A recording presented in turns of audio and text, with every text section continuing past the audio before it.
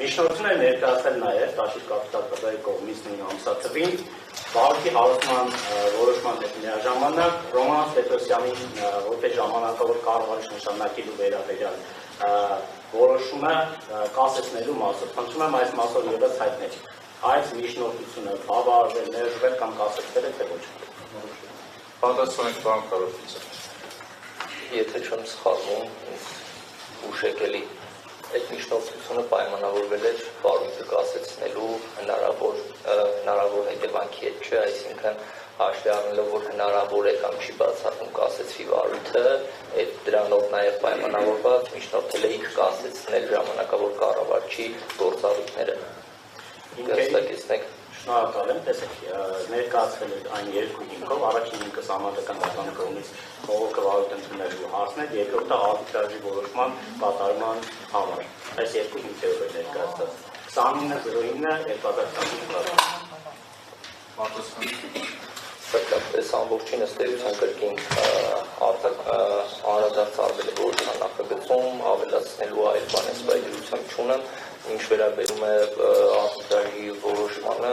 առհասարակ արբիտրաժի որոշման կատարման հետ կապված հանձնաժողովի նախագահի գրություն արդեն իսկ ստացել են մասնակիցները, հաշվի առնելով արբիտրաժային գործընթացի գաղտնիության հանգամանքը, դրա մանրամասներին հանձնաժողովի օբյեկտիվորեն տեղեկացված չլինելու հանգամանքը, այս մասով այլ բան չունենք ավելացնելու, արբիտրաժային գործընթացի հետ կապված այդ թվում որոշման հետ կապված ցանկացած հարց ուղղակի առաջարկում ենք դիմել մարդու իրավունքների եւ քանդատանում Հայաստանի Հանրապետության ներկայացուցիչ գրասենյակ։ Շնորհակալություն։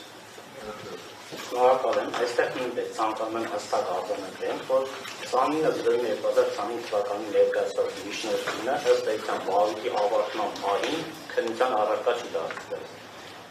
Հաջորդ հարցը որոշման հիմքում նշված բոլոր կետերը սկսվում են միևնույն նախադասությամբ ի պատիվ Ռոմանոս Պետրոսյանի ժամանակավոր կառավարչի այսինչ ամսաթվի, այսինչ համարի հյուսությամբ հայտնել է հետևյալը։ Մասնավորապես նախագծի առաջին կետը ԴԵԱ-ի համակարգի մասով, երկրորդ կետը թեժ գրանցումներ, ավելագրումներ, երրորդ կետը նոր միացումներ, չորրորդ կետը ոչ հավաստի վերանայված հաշվետվություններ, 5-րդ երաշխավորություններ, 6-րդ կետը իր բոլոր 9 ենթակետերով։ Այս բոլոր կետերը սկսվում են Ռոմանոս Պետրոսյանի կողմից ներկայացված հիմքերը նշելով։ Որոշման համար ինքնամտածող որևէ խնդիր